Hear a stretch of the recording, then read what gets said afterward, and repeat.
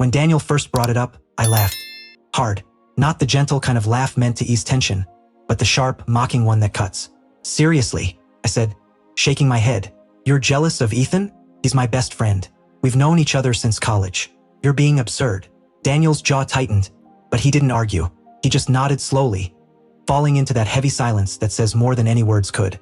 The kind that makes you realize maybe you'd gone too far. Later that night, I called my sister. Daniel's acting insecure again, I told her. He thinks Ethan's some sort of threat. It's ridiculous. She agreed, and I felt justified, vindicated, even in brushing off his feelings. Ethan had always been my constant. Through heartbreaks, bad jobs, and lonely nights, he'd been the one person I could talk to without feeling judged. When Daniel and I started dating, Ethan was still there, always the safe place I could return to. What I didn't see back then was how it must have looked from the outside. Ethan texted me all the time, and I always responded right away.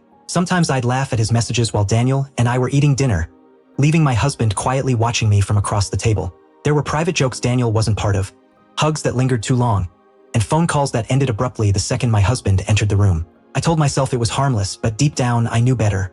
A few weeks later, Daniel tried again. Sophie, he said one evening, voice calm but strained.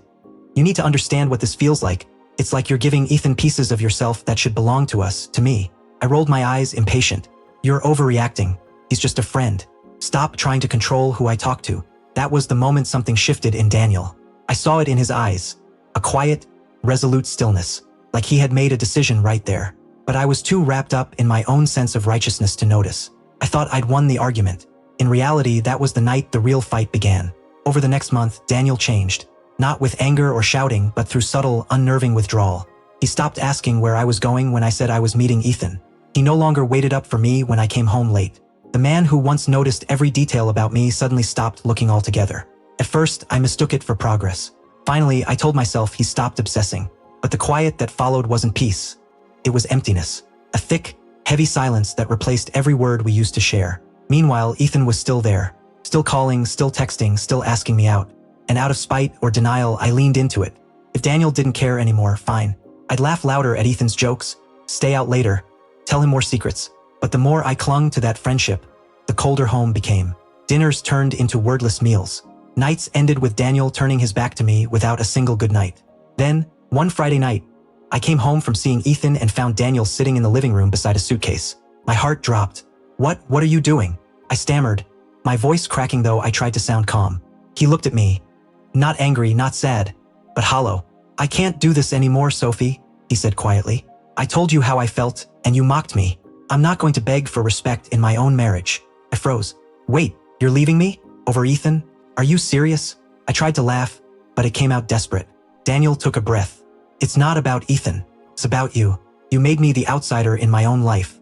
I'm done. The room tilted. I'd always believed Daniel would never leave. No matter how much I pushed, he'd stay. But the man standing there, suitcase in hand, wasn't my husband anymore. He was someone who'd already walked away long before tonight. I stumbled toward him, panic rising like fire. Daniel, please don't do this. Ethan's just a friend. I was wrong. I shouldn't have mocked you. I didn't mean it. My voice trembled, stripped of the arrogance I'd once worn like armor. He shook his head slowly. You don't understand, Sophie. You didn't just mock me, you dismissed me. You made me feel small. You laughed while I was drowning. His words hit like stones. Heavy, deliberate, impossible to deflect. For the first time, I saw it clearly. The dinners where I rolled my eyes at his concerns. The nights I brushed off his questions with sarcasm. The countless moments I chose Ethan's validation over my husband's trust. This wasn't about jealousy. It was betrayal, emotional, quiet, but devastating. I reached for his hand, desperate. We can fix this. Please, I'll stop seeing Ethan. I'll do anything. But Daniel only pulled away gently, like someone who had already made peace with his choice. I gave you years, he said softly. I begged you to see me, but you never did. You only saw a jealous husband to laugh at. Now I finally see myself, and I deserve better. Then he lifted the suitcase and walked out. The door clicked shut, and the silence that followed was deafening. I sank onto the couch, numb, replaying every cruel laugh, every dismissive word, every time I'd chosen pride over love. My phone buzzed, Ethan's name glowing on the screen. For the first time, I didn't care. His attention, his friendship, all of it meant nothing compared to what I had just lost. I used to think Daniel would always stay, no matter how far I pushed him. I was wrong. My mockery had built a canyon between us, and when he finally crossed it, he never looked back. That night, I understood too late that the man I had dismissed as jealous was the only one who ever truly loved me.